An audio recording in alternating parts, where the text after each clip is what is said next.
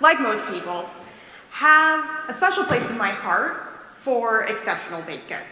But unlike most people, I kind of have a total nerd out obsession with baked goods. Part of this obsession is the challenge of engineering a really great bread to pair with a grilled cheese. So last summer, I quit my job and I started on a quest to find just that, the perfect bread. I love food so much that even my dog is named Sandwich. I graduated culinary school and had the honor to study under some of the best chefs in the valley. I felt confident in what I knew, but I wanted to learn the science behind it all. So I went back to school for a secondary degree in food science while working at the same time. Halfway point, I was introduced to food microbiology. I graduated from Phoenix College. And after I graduated, I bugged my microbiology professor if I can do a summer internship with the question of, can I take a microorganism that produces one flavor and transfer it into bread? I did extensive research on the topic of yeast, but I really wasn't finding anything that was useful to my study. So off to the lab I went to start completely from scratch. I was given full access to the microbiology lab at Phoenix Community College. Also, there were 3 amazingly talented scientists to help me there along the way.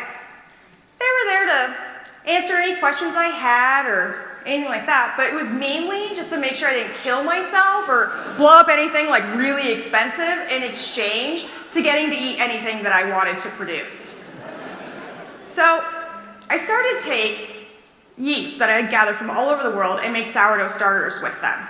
Because let's face it, sourdough bread makes the best grilled cheese.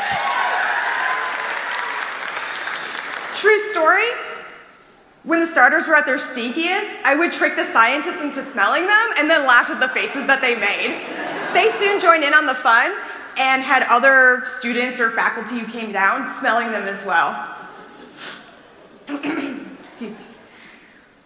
When my starters were going, I started swabbing anything that contained yeast and growing them on petri dishes, even if it looked like some sort of really weird, gross alien life form. I tested different sugars and different oxygen levels to see what would work best with each type of yeast that I had. One of the challenges that I had was finding a medium that would grow just yeast on the petri plates. But once the scientists guided me in the right direction, I was really able to see all the different physical characteristics and everything about all the yeast that I had. I was also able to use a high-powered microscope to look at the yeast and take pictures. All had about the same colony size and shape, but this was still really fascinating to me. Also, I found out that if I used the City of Phoenix tap water to make my bread, it brought all sorts of gross stuff with it that grew on the plates. So yeah, distilled water on that one. It's gross. So I thought my research was coming to an end. I had found everything that was best for growing yeast, keeping them alive, keeping them healthy, what best conditions, and then I was thrown a total curveball. A yeast obtained from the Middle East. This yeast looked nothing like the rest. It looked like somebody had blown their nose on a petri dish, and it had the aroma of a drunk that just burped in your face with small, sweet undertones. I had to bake this bread. Even under a microscope, it looked totally different. Not the normal cocobacillus shapes that are with most of the yeast that I looked at, but this large rod-looking lactobacillus possibly thing as well. Off to my kitchen I went to bake the bread. So I baked the snot bread, and I baked another regular bread, and then I brought it in for the scientists to compare. They were kind of grossed out when I told them that it was the slime bread was the best one, but it didn't matter. I found what I was looking for. So, I figured out what I wanted to learn. I was able to find the best bread to pair with my grilled cheese. Culinary arts and science have come together to help me with this study. And now the only thing left for me to do is find something else to obsess over. Thank you.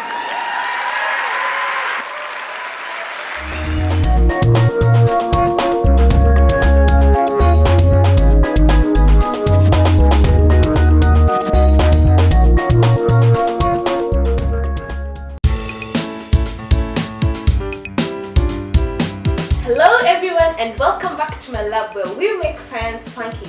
Today we're going to do a straw vuvuzela. For the experiment you're going to need a pair of scissors and a straw. Flatten out one end of your straw. You can also use your teeth. Here you go. Using your pair of scissors, cut out a V shape on the end of the straw that you flattened out. You're ready to make music, and you'll have something like that. Put the tip that you cut in your mouth and blow.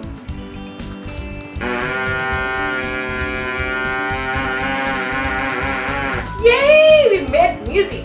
But then you can change the tempo of the music you're making by cutting the straw as you blow.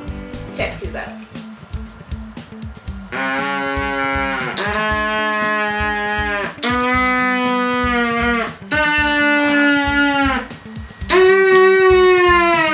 Yay! I hope you enjoyed this experiment.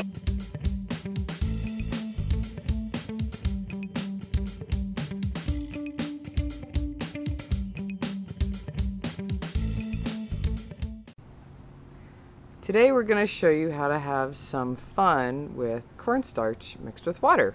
So we bought a box of cornstarch and we're going to put it into a plastic container. We want something that's kind of shallow.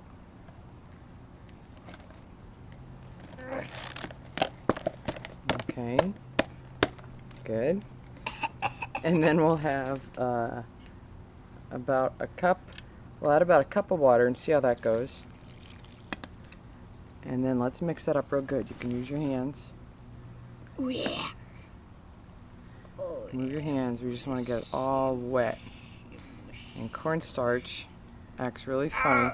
Keep going. Acts really funny when it gets wet. So keep mixing it so it all gets wet. Mush.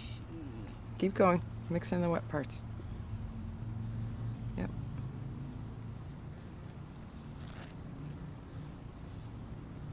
Keep going.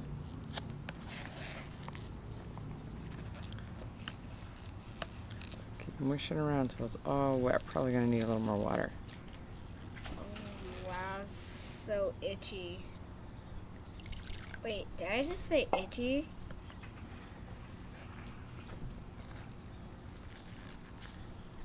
And keep mixing it in. Look, it's so stuck on me. Keep it in there. Keep it in there. This You is get it wet. powerful. Yeah, get it wet. Get it wet. Why should I get it wet? Get it wet, because that's when it's fun. And here is my sister Ellie. And here's what it looks like when it's really wet. It's funny because you squeeze and it's hard, but then it gets all drippy. Mushy. I'm gonna get wet. So 2 cups is probably a little too much water. You don't want to add too much. You can always add more water. Mushy melt. Cut. Woo! If you have any dinosaurs, you can put a dinosaur guy in there. See what they look like.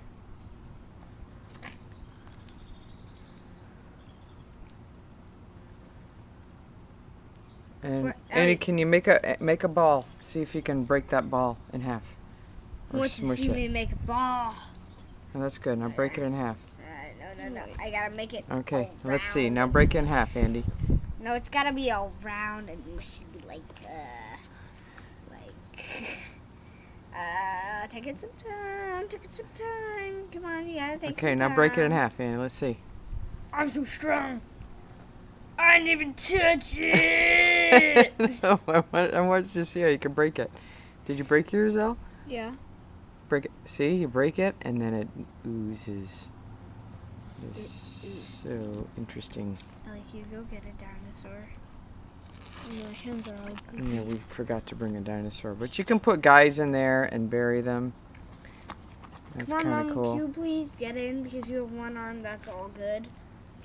And it's fun to just watch it all melt right in there, Stop dissolve melting on me. at land. Oh, wow. just Oh, no. dissolves. No. I just got this part. And it dissolves. And then I want to show how to clean up when you're done. Okay? See, my hand is a real mess, but watch. If I just put it down there, it all sticks to it. So that's how we get most of it off. Okay, like that. And then to get those last little things off, it's kind of fun to hit it too. You feel like, so it kind of acts like a solid sometimes, but other times it acts like a liquid. So when I get most of it off, then the rest of it I just bring over here. Oops. I bring over to a bucket of water, and I just rinse it off. I'm going to go find a water. And then you just get the powder back. So all this will dry. You can put a lid on the Tupperware so you can keep it for a while and continue to play with it. If it starts to dry out a little bit, you can you can add a little more water. And you can then, add a of course, little it's fun. Let's see. Oh, he's sinking in the goo. Wow. And then look, he can lift up with it. Oh no, he's trapped. It's like the tar pits. And just do it somewhere where you'll be able to sweep up the powder when it's dry, or just hose it down. That's good too. But it washes right out of clothes.